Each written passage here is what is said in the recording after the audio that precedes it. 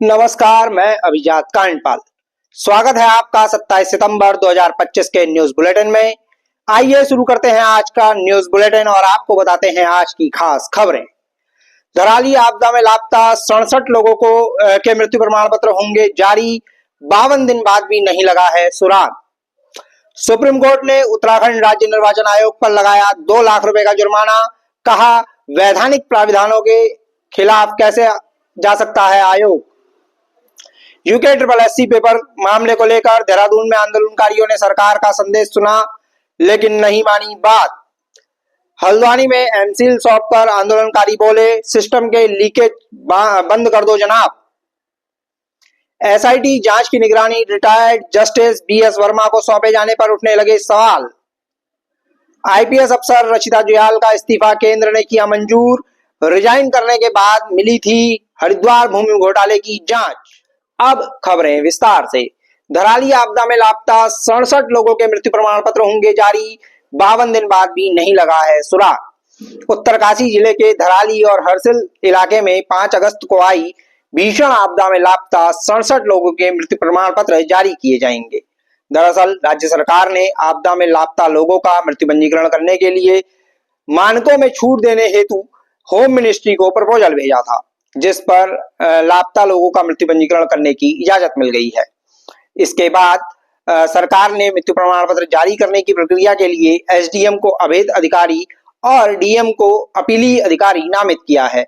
गौरतलब है कि आपदा के करीब 52 दिन बीतने के बाद भी इन 67 लोगों का कोई सुराग नहीं लगा है और मृत्यु पंजीकरण के बाद लापता लोगों के परिजन को आपदा राहत के तहत मुआवजा मिल सकेगा। वैसे जन्म एवं मृत्यु रजिस्ट्रीकरण अधिनियम 1969 के तहत लापता शख्स को 7 साल के बाद मृत घोषित किया जाता है। बुलेटिन की अगली खबर। सुप्रीम कोर्ट ने उत्तराखंड राज्य निर्वाचन आयोग पर लगाया 2 लाख रुपए जुर्माना, कहा वैधानिक प्रावधानों के खिलाफ कैसे जा सकता है आयोग। सुप्रीम कोर्ट ने उत्तराखंड राज्य निर्वाचन आयोग पर सख्ती दिखाते हुए 2 लाख रुपए का जुर्माना लगाया है।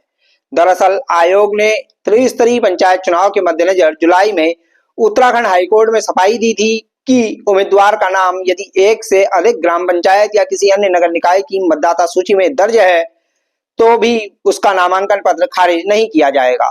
इसे हाईकोर्ट ने उत्तराखंड पंचायती राज अधिनियम 2016 के प्रावधानों के खिलाफ बताया था। राज्य चुनाव आयोग ने हाईकोर्ट के इस आदेश के खिलाफ सुप्रीम कोर्ट का दरवाजा खटखटाया। मामले में सुप्रीम कोर्ट ने हाईकोर्ट के फैसले को बरकरार रखा और कहा कि राज्य चुनाव आयोग वैधानिक प्रावधानों के खिलाफ कैसे जा सकता है। इधर सुप्रीम कोर्ट के फैसले के बाद कांग्रेस ने कहा है कि हाईकोर्ट ने चुनाव आयोग को नियम मानने के लिए कहा था, लेकिन आयोग ने ऐसा नहीं किया, इसलिए सुप्रीम कोर्ट ने आज पेनल्टी लगाई है।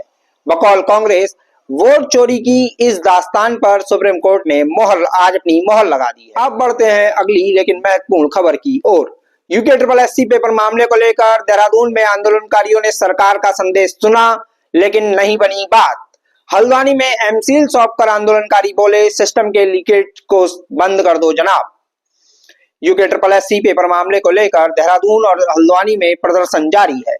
देहरादून में आंदोलन में डटे युवाओं से बात करने के लिए शुक्रवार को सरकार का संदेश लेकर डीएम सवीन बंसल और एसएसपी अजय सिंह धरना स्थल पर पहुंचे।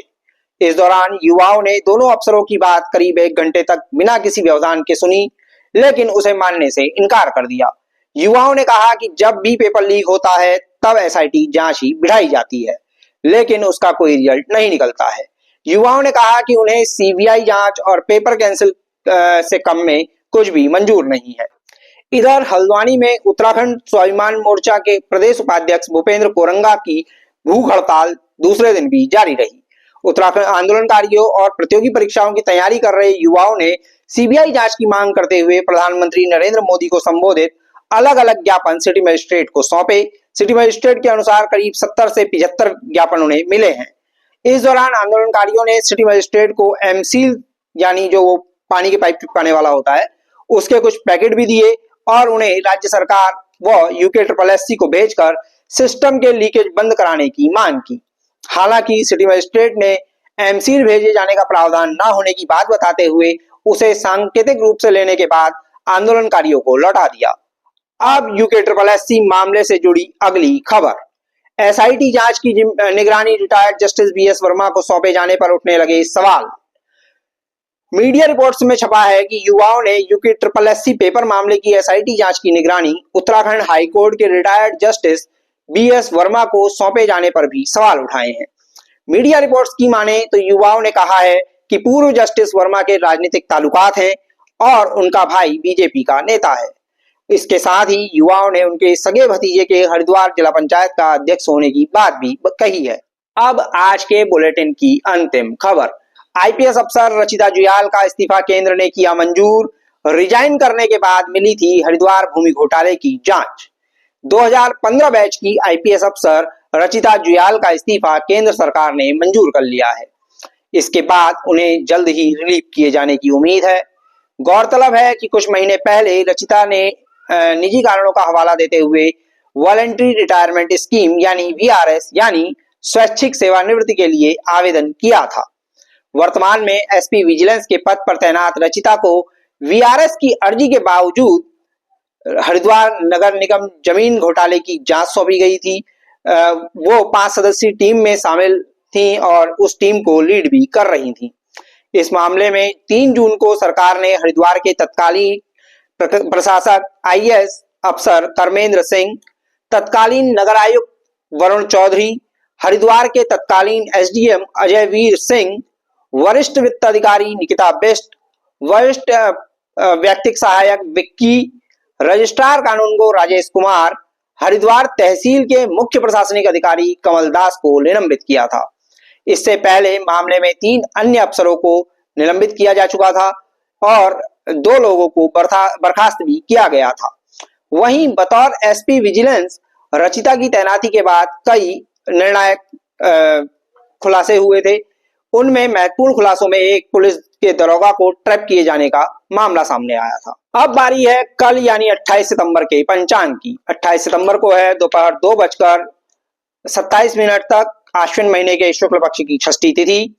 इसके साथ ही रविवार का दिन होगा और रात 3:55 तक ज्येष्ठा नक्षत्र रहेगा।